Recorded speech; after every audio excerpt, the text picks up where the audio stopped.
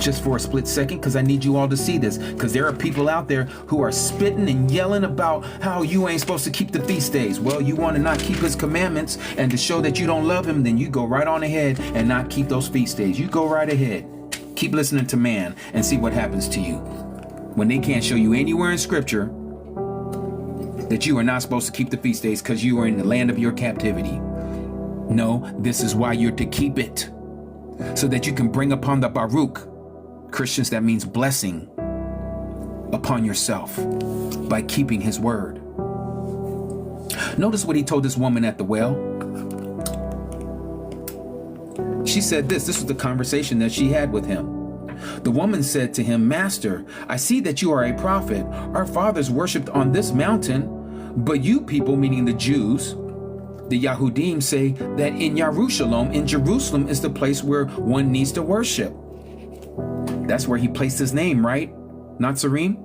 My brothers and sisters of the truth? Isn't that where he placed his name? He did, didn't he? But notice what the Messiah says. Yahusha said to her, Woman, believe me, the hour is coming, or the time is coming, when you shall neither on this mountain nor in Yerushalayim worship the Father. Bells should be going off in your head right about now. You worship what you do not know. We worship what we do know, or what we know. Because deliverance, yours would say salvation, is of the Jews, of the Yahudim. But the hour is coming, and now is, when the true worshipers shall worship the Father in spirit, in ruach, and truth. For the Father also does seek such to worship him. Elohim is spirit. The Father is spirit. And those who worship him need to worship in spirit and in truth. So what is he saying to this woman?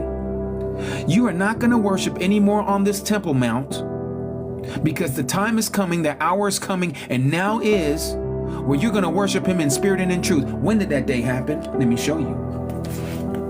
Everything's in scripture. Everything. Notice what happened on the day that he gave up his spirit. And Yahusha cried out again with a loud voice. This is in Matthew chapter 27, verse 50. And he gave up his ruach, he gave up his spirit. And see, the veil of the dwelling place, that is the temple, the akal, was torn in two from top to bottom. And the earth was shaken and the rocks split. Guess what happened right there? The spirit left the building. It was no longer in the Most High place.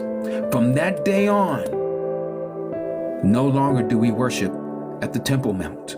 We all worship where we're at, no matter where you are at, because the Messiah already foreknew what was going to happen in the future, that we will be scattered to the four corners of the earth, and there will be Gentiles that will come in along with the Yahudim, along with the children of Yasharal, and wherever you're at in your captivity, that you will come back to the remembrance of the commandments of the Torah, and you will do them as we were instructed. And that's why we have been dispersed to begin with, because of disobedience. So now what do? Now we obey. Through obedience, we keep these feast days, we keep these high days, we keep the Day of Atonement, we do it where we're at, we keep the day of Sukkot, or the Feast of Sukkot, by dwelling in tents for 7 days. We do all of these things in our captivity. Don't be listening to these people who are telling you, oh, you can't keep it because you're not in the land anymore. We haven't been in the land for thousands of years.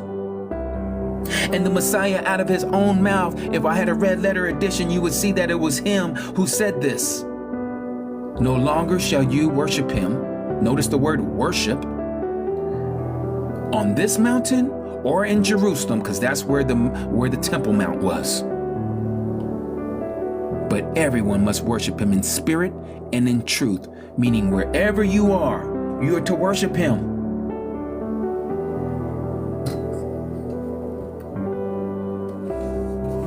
So you want to keep following man, keep on following man, and they'll lead you wrong every time. Do not put your trust in man. They will lead you astray every single time. Put your trust in Yahuwah.